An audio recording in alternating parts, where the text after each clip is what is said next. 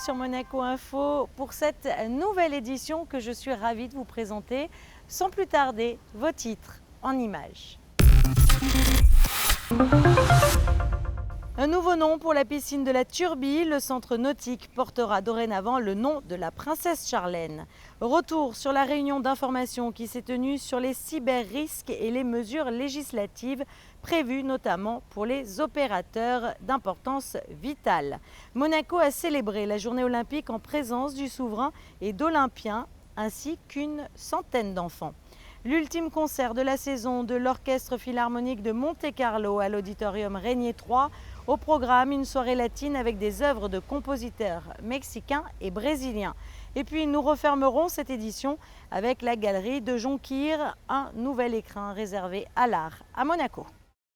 Nous vous en parlions lors d'un reportage le 13 juin dernier. La piscine de la Turbie porte dorénavant le nom de la princesse Charlène. Elle s'est rendue justement sur les lieux ce jeudi matin. Sandrine Nègre et Thomas Deus étaient sur place. Elle est située dans un cadre unique sur le massif de la Tête de Chien entre mer et montagne. La piscine municipale de la Turbie et le petit bassin d'initiation à ses côtés sont placés à quelques mètres des terrains de tennis, de basket ou encore de calcetto.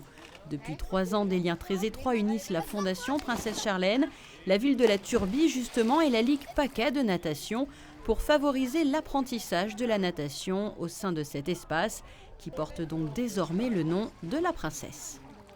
Well, yes, it is an honour in a way to have a swimming pool named after me, but more importantly that the facility has opened up not just for the community in itself, but the surrounding community.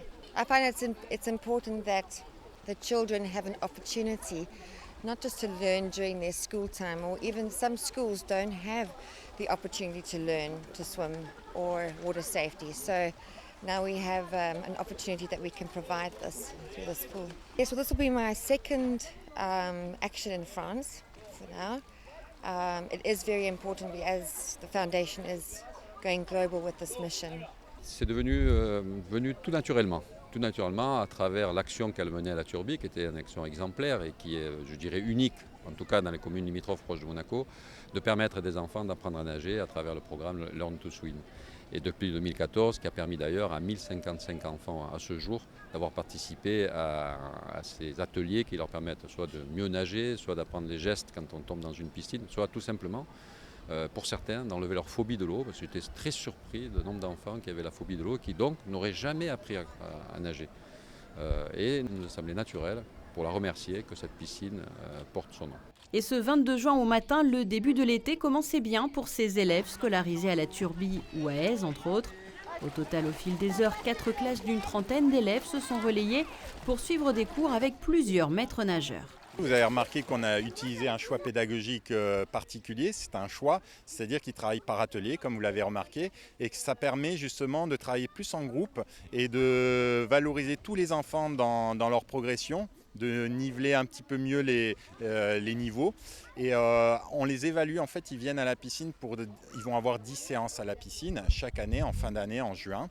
Et au cours de la première séance, on les évalue, on fait 3 groupes de niveaux et après il y a une progression qui va se faire au fur des séances. L'avantage, c'est qu'ils viennent 2 fois par semaine à la piscine, ça fait une grosse différence avec les autres écoles où généralement c'est plutôt 1 fois par semaine et les progressions se font rapidement. En plus, vous l'avez vu, ça se fait dans un esprit convivial. On a vraiment une approche ludique en fait. On axe tout sur le plaisir d'être dans l'eau, le plaisir de découvrir l'élément, cet élément si particulier qui chez les plus jeunes peut faire peur. Et parce qu'il y a aussi la transmission des représentations parentales. Parfois les parents, on voit beaucoup de parents, on a les communes avoisinantes qui viennent aussi. Et on a certains parents, malgré qu'on est au bord du littoral, on s'aperçoit que les parents ne savent pas nager ou ont peur de l'eau. Ils transmettent ça à leurs enfants. Et donc nous, notre première approche, c'est vraiment de leur montrer que l'eau n'est pas dangereuse à partir du moment où on sait comment flotter, comment mettre la tête dans l'eau, se repérer dans l'eau. Depuis ce matin, on fait des exercices pour s'améliorer. Des fois, on fait des courses et on s'amuse. Alors, vous étiez dans le petit bassin et maintenant j'ai l'impression que vous allez passer dans le grand. Tu n'as pas peur ? Non, j'ai pas du tout peur. Et pourquoi tu n'as pas peur ? Parce que je sais que s'il m'arrive quelque chose, il y aura le maître nageur qui viendra. Raconte-moi un peu ce que vous faites là depuis ce matin. Il y a des groupes qui s'appellent Homard et Écrevisses, c'est ça? Oui, moi je suis dans les Jomards. Là, on va prendre la revanche. Nous, chez les Jomards, on avait perdu, on avait 8 et eux 13. Est-ce que tu sens que cet été, pour aller à la plage et même ici à la piscine sans les professeurs, tu vas savoir nager? Oui. Ambiance chaleureuse donc au sein de la piscine Princesse Charlène destinée aux scolaires au mois de juin. Elle ouvre ses portes au public à partir du 7 juillet. La piscine a vu le jour il y a un peu plus de 30 ans. Des travaux de rénovation devraient être réalisés afin de permettre une utilisation au-delà de la période estivale. En bref et en images. Retour à présent sur la traditionnelle remise de lettres de créance au Palais Princier. Comme vous le voyez sur ces images, les ambassadeurs du Kosovo, de la République tchèque, du Qatar et de l'Uruguay ont remis leurs lettres ce jeudi matin au prince souverain. Et pour répondre à toutes les interrogations survenues ces derniers temps et suite à la réunion du 13 juin dernier, une réunion d'information à l'attention des résidents des Jardins d'Apolline s'est tenue ce mercredi à l'auditorium du lycée technique et hôtelier de Monaco. Les différentes mesures prises par le gouvernement princier pour remédier définitivement aux incidents survenus ont été exposées lors de cette réunion en présence du ministre d'État notamment. Le Grimaldi Forum accueillait mercredi une réunion d'information sur les cyberrisques et les mesures législatives prises notamment pour les opérateurs d'importance vitale. Une conférence organisée par l'agence monégasque de sécurité numérique Alexandra Pani. Après un an d'existence, l'agence monégasque de sécurité numérique a souhaité revenir sur l'importance de fournir un cyberespace monégasque sûr et de confiance. Une réunion d'information qui visait tout particulièrement les opérateurs d'importance vitale de la principauté sur les cyberrisques et les mesures législatives prévues. Aujourd'hui, les gens n'ont pas totalement conscience du risque qu'il y a sur les réseaux. Il y a la sécurité physique et l'objectif c'est d'atteindre la même sécurité sur les réseaux informatiques à Monaco. Quand on fouine un petit peu, on s'aperçoit qu'il y a quand même beaucoup plus d'affaires qu'on ne pouvait le supposer. Il y a effectivement des règles à rappeler, on a commencé à le faire, on a commencé à éditer des guides, des règles et des arrêtés ministériels d'application des différentes lois qui concernent la sécurité numérique. Et aujourd'hui, en particulier, la raison pour laquelle on a organisé cette réunion, c'est de sensibiliser les industriels, les entreprises monégasques à ce problème de cybersécurité, de cybernumérique, et donc de leur expliquer comment on va essayer maintenant de travailler avec eux pour les faire progresser. Tous les secteurs sont concernés. Chaque jour, des événements ont lieu sur le réseau. L'agence monégasque de sécurité numérique édite justement un compte-rendu journalier d'informations sur les failles éventuelles ou les différentes attaques qui ont pu avoir lieu dans le monde, et cela à destination des entreprises et des services de l'État. L'objectif est de faire de Monaco une ville-État exemplaire dans la sécurité numérique, de façon à convaincre toutes les entreprises, mais aussi des particuliers, de venir à Monaco parce qu'ils auront la sécurité numérique. Ça, c'est un premier point. Le deuxième point, ça sera la loi 1435 de novembre 2016, qui définit les opérateurs d'importance vitale pour Monaco et donc le travail que l'on va faire avec eux. Lors de cette réunion, Philippe Trouchot de PwC et Jean-Christophe Mathieu du groupe Siemens ont présenté aux participants les dangers des cyberattaques auxquels les systèmes non protégés sont exposés.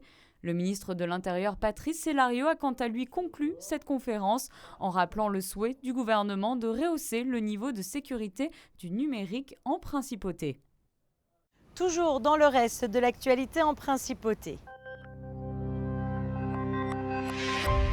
L'Union des syndicats de Monaco a appelé à une nouvelle grève interprofessionnelle. Ce jeudi, les responsables syndicaux, les retraités et les salariés de la principauté se sont rassemblés dans les rues de Monaco. Les revendications portaient sur les licenciements et les contrats de travail non réglementés, le blocage des salaires, le statut des fonctionnaires en suspens ou encore sur la privation du régime CCSS ou SPME pour les retraités non domiciliés à Monaco. Alors que ce jeudi, nous célébrons la journée nationale du don d'organes, dimanche s'est tenu en principauté un rallye de sensibilisation au don d'organes, un rallye qui a semé l'enthousiasme tout au long de son parcours. De Monaco à Menton, en passant par Sainte-Agnès et la Turbie, les bénéfices de cette journée ont été reversés au profit du service oncologie pédiatrique de l'Archer 2 de Nice. Ce mercredi, Monaco a célébré la Journée olympique, une manifestation qui s'est déroulée au Stade Louis II en présence du souverain et d'Olympiens monégasques. De nombreuses activités sportives ont été organisées pour près d'une centaine d'enfants. Le reportage de Dominique Poulain. Créée en 1948, la Journée olympique se déroule chaque année le 23 juin. Elle est organisée pour promouvoir dans le monde entier les valeurs olympiques sur la base de 3 piliers. Bouger, apprendre et découvrir. La journée débute avec la visite du prince Albert II. Le souverain se rend sur les différents stands, dont celui consacré au bobsleigh. Et voilà, toute l'équipe des Jeux olympiques de Salt Lake City 2002 reconstituée. Le prince Albert donc, Patrice Servel, Sébastien Gattuso et Charles Oula. C'est Yvette Lambin-Berty, secrétaire générale du comité olympique monégasque, qui déclare ouverte cette journée. Et l'espace de cette journée, le stade Louis II devient un parc olympique éphémère. C'est toutes les valeurs que porte l'olympisme qui doivent aujourd'hui retrouver, découvrir pour certains, au travers des entretiens qu'ils ont avec les Olympiens, qui eux sont aptes à leur dire comment ils ont organisé leur carrière sportive, dans quel but et surtout dans le respect de la tolérance, de l'acceptation de l'autre, de l'effort et surtout lorsqu'on croit qu'on a atteint la limite de ses possibilités, on trouve encore la capacité d'aller plus loin et ça peut leur donner la force d'aller vers des objectifs qu'ils se sont donnés. Les 90 enfants et adolescents, tous licenciés dans un club, sont répartis sur les stands. 15 fédérations proposent des activités sportives. Les animations sont réalisées en présence d'Olympiens monégasques comme Mathias Raymond qui présente sa discipline et l'aviron avec lequel il a disputé les Jeux olympiques de Londres en 2012. C'est pas évident surtout d'essayer de faire passer un message parce que c'est des moments qui sont assez émouvants pour les sportifs, pour moi en particulier, parce que je partage avec eux des souvenirs qui me sont chers.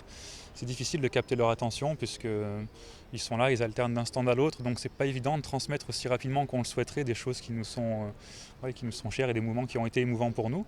Mais pour autant, je pense que certains sont sensibles, donc avoir un ou deux jeunes qui montrent de l'intérêt à ce qu'on dit, c'est toujours gratifiant quand même si c'est pas l'ensemble du groupe, mais c'est comme ça. On a la chance d'avoir le bob du prince Albert, il s'en est servi la dernière fois aux Jeux olympiques de Salt Lake City en 2002. Donc c'est un excellent support pour montrer à ces jeunes à quoi ressemble le bob et surtout un bob de compétition de haut niveau. Tenir dans ses mains une torche olympique et repartir avec la photo est un moment fort pour ces adolescents. De même que rencontrer des champions qui leur expliquent ce que sont les JO et les valeurs qui les régissent. Cette journée olympique est bien plus qu'une manifestation sportive. C'est une journée d'activité qui permet de découvrir de nouveaux sports.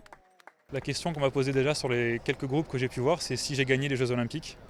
J'aurais bien aimé leur dire oui, mais je leur ai répondu que j'ai participé aux Jeux olympiques et très peu d'élus arrivent à devenir champions olympiques, très peu d'élus arrivent à participer aux Jeux olympiques. Et donc pouvoir déjà représenter son pays à cette grande compétition, pour moi en tout cas, c'était déjà une fin en soi.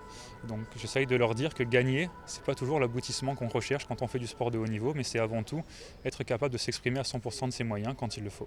Les questions qui reviennent souvent, c'est un petit peu la température, si le bob est lourd, comment ça se conduit. Par exemple, pas tout le monde est au courant qu'un bob se pilote. Et aussi, quelle vitesse on atteint, sur quelle piste. Donc il y a des questions qui sont pertinentes. Alors, quelle vitesse on atteint ? Alors ça dépend de la piste bien évidemment, mais à Vancouver par exemple on peut arriver à 155 km/h. La journée se termine par cette marche. Tous regagnent les vestiaires, certains avec une torche olympique dans les mains, celle des JO de Turin, de Londres, de Sochi ou encore de Rio. Et le stade Louis II accueillera une dernière fois Usain Bolt, le sprinter jamaïcain qui dispute cette année sa dernière saison, prendra part au meeting Hercules le 21 juillet prochain. Usain Bolt, qui n'avait plus couru en principauté depuis 2011, s'alignera sur 100 mètres. Il effectuera un dernier test sur la piste monégasque avant les mondiaux d'athlétisme qui se dérouleront à Londres en août prochain. Ces championnats du monde seront la dernière grande compétition de sa carrière. Et puis sinon, dans le reste de l'actualité, toujours en principauté. C'est une tradition. Les nouveaux membres du Yacht Club de Monaco viennent d'être intronisés par le prince souverain. Une cérémonie toujours très attendue et qui s'est déroulée ce mercredi sur le toit du Yacht Club de Monaco. Vous étiez peut-être sur le port mercredi soir pour assister au concert organisé par la mairie, concert du groupe Deluxe et Big Junior en première partie, deux groupes survitaminés avec au programme du funk, de l'électro, du hip-hop et du rock. Voici un court extrait, mais sachez que vous pourrez retrouver votre émission musicale Backstage entièrement consacrée à cette fête de la musique. Le rendez-vous ce samedi à 21 h sur Monaco Info.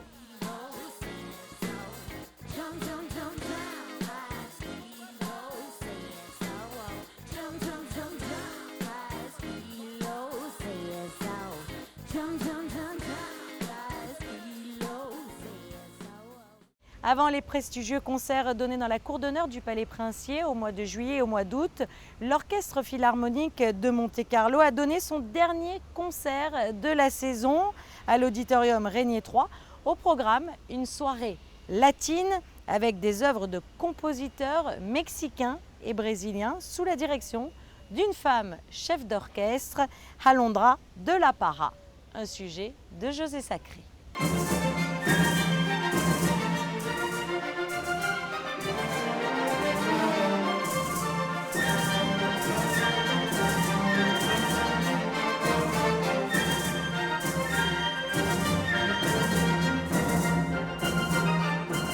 Muy Caliente, le concert de l'Orchestre Philharmonique de Monte-Carlo, vendredi 16 juin à l'Auditorium Régnier 3. C'était une soirée latine avec au programme un certain nombre de pièces données pour la première fois à Monaco. La symphonie numéro 2 de Carlos Chavez et le concerto de Frontera du guitariste Yamandu Costa.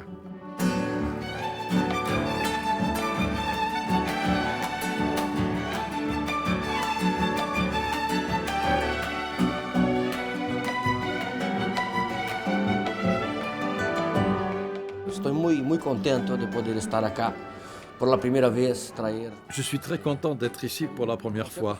Cette pièce, Concerto de Frontera, c'est une musique qui évoque les frontières du Brésil avec l'Argentine. Je me suis senti très bien. Le public était très chaleureux. Je suis très content.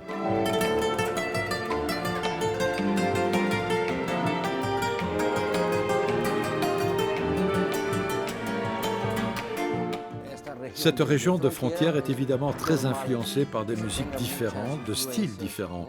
Et ce Concerto de Frontera est en quelque sorte un concerto qui évoque, qui s'inspire de tous ces passages entre ces pays, de tous ces mélanges culturels entre ces pays sud-américains.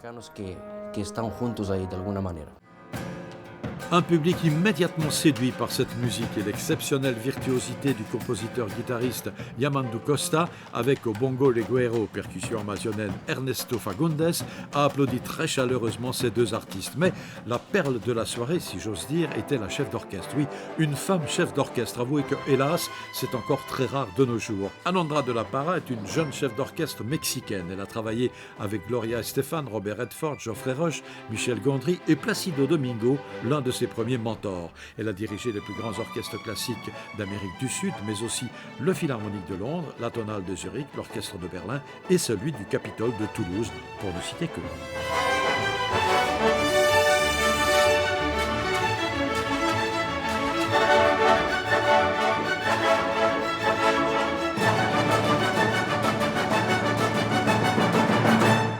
one of my good teachers was Kurt Masur, who conducted a lot in France, and he told me, if you want them to love you. J'ai eu un très bon professeur de direction d'orchestre, Kurt Masur, qui un jour m'a dit « Si tu veux que les musiciens t'aiment, alors change de métier ». Et c'est vrai qu'on ne peut pas dépendre des musiciens, qu'ils vous aiment ou non. C'est au chef à tenter d'y améliorer le son, la qualité de l'orchestre. Et c'est vrai que durant les premières minutes d'une répétition face aux musiciens, les 30 premières secondes, nous, les chefs d'orchestre, on comprend tout de suite si on va être capable de diriger cet orchestre, si ce sera un challenge ou pas. Il faut juste rester soi-même, que les musiciens vous aiment ou pas. Just be you, and they take it, they don't take it. C'est la vie. It was very natural to come to this program. I love this music. I do it a lot. Chavez. Cela a été très facile, très naturel de composer ce programme. Moi, j'aime beaucoup cette musique. J'en fais beaucoup d'ailleurs, des musiques de Chavez, Revueltas, Moncayo aussi. C'est la musique de mon pays, j'en suis très fier. L'écriture de ces pièces est magnifique avec des idées fantastiques. Vous savez, cette musique a presque 100 ans. Je pense que la seule chose dont on a besoin, c'est d'amener les orchestres à ce répertoire, que ces musiques fassent partie des programmes habituels de chaque orchestre pour leurs différentes saisons. Moi, j'aime bien mélanger cette musique avec les musiques françaises, allemandes, italiennes, japonaises. So usually I like to combine the Latin American music with French, German, Italian, Japanese, whatever. C'est magique, c'est une magie qui s'est opérée avec nous tous, tout l'orchestre. C'est extraordinaire et je souhaite que nous la revoyions. Vous savez, ce qui est beau, c'est qu'on fait de la musique par amour, pour l'amour. Et on voit tout d'un coup 100 musiciens réagir d'un seul homme sous la baguette de cette personne si charismatique. Grande musicienne en plus. C'est un réel bonheur. Je pense que je traduis les mots d'un grand nombre d'entre nous en tout cas. Voilà, je transmets le message. Après plusieurs mois de travaux, le nouvel espace Modern Art accueillera la galerie de Jonquière. À cette occasion, une exposition intitulée Rencontre de maîtres y est présentée. Vanessa Dessy vous en dit plus. C'est en 1976 qu'est fondée la Maison de Jonquière à Bruxelles, spécialisée dans l'étude et la vente de tableaux flamands du XVe au XVIIe siècle. En 1984, la galerie s'installe à Paris. Ses différentes collections sont présentées aux plus exigeants des amateurs et notamment lors de participations aux principales foires d'art anciennes telles que la Biennale des Antiquaires de Paris. Depuis 2012, la galerie accompagne aussi ses collectionneurs sur les traces des grands maîtres de l'art moderne. Dans cette dynamique, elle ouvre les portes d'un nouvel espace en principauté. Fréquentée et influente, la cité monégasque tient aujourd'hui un rôle important parmi les places artistiques internationales. Monaco est peut-être la ville d'Europe la plus internationale, la plus cosmopolite, par le nombre justement des communautés qui y habitent.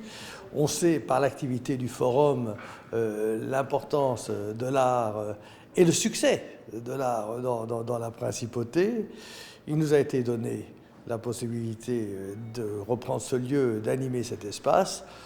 Nous le faisons avec enthousiasme et je pense que ça correspond en effet tout à fait à un public averti, exigeant, en même temps désireux de pouvoir, au gré de toutes circonstances, découvrir à Monaco un endroit où ils retrouvent des œuvres, des artistes qu'ils aiment et qu'ils connaissent. L'exposition inaugurale intitulée « Rencontre de maîtres » réunit des œuvres majeures, anciennes et modernes. Ces compositions ont suivi l'influence de Jérôme Bosch. Ce peintre néerlandais issu du mouvement primitif flamand était ainsi rapproché des milieux humanistes. Jérôme Bosch est un artiste audacieux, avant-gardiste, surréaliste avant la lettre, 15e siècle, et déjà un univers complètement fantastique qui inspirera tout au long des siècles tant d'artistes jusqu'au surréalisme justement. Et ici on a un exemple d'un artiste belge surréalisme avec René Magritte. Jérôme Bosch est le maître justement du fantastique, du surréaliste. C'est une figure emblématique, un icône exceptionnel et qui est une des gloires de la peinture du Nord. L'exposition Rencontre de maîtres est à découvrir à la galerie de Jonquière à partir de ce jeudi. Passons à présent en revue la carte météorologique pour les prochains jours. Le jumping se déroulera sous un beau ciel bleu. En effet, vendredi, les chevaux et leurs cavaliers feront leur entrée sur la piste du Port Hercule sous les rayons du soleil. Une chaleur de plein été cependant, avec des températures atteignant les 29 degrés. Ce week-end, il fera aussi très beau et le soleil sera toujours bel et bien présent. Les maximales atteindront les 30 degrés et le vent soufflera très peu.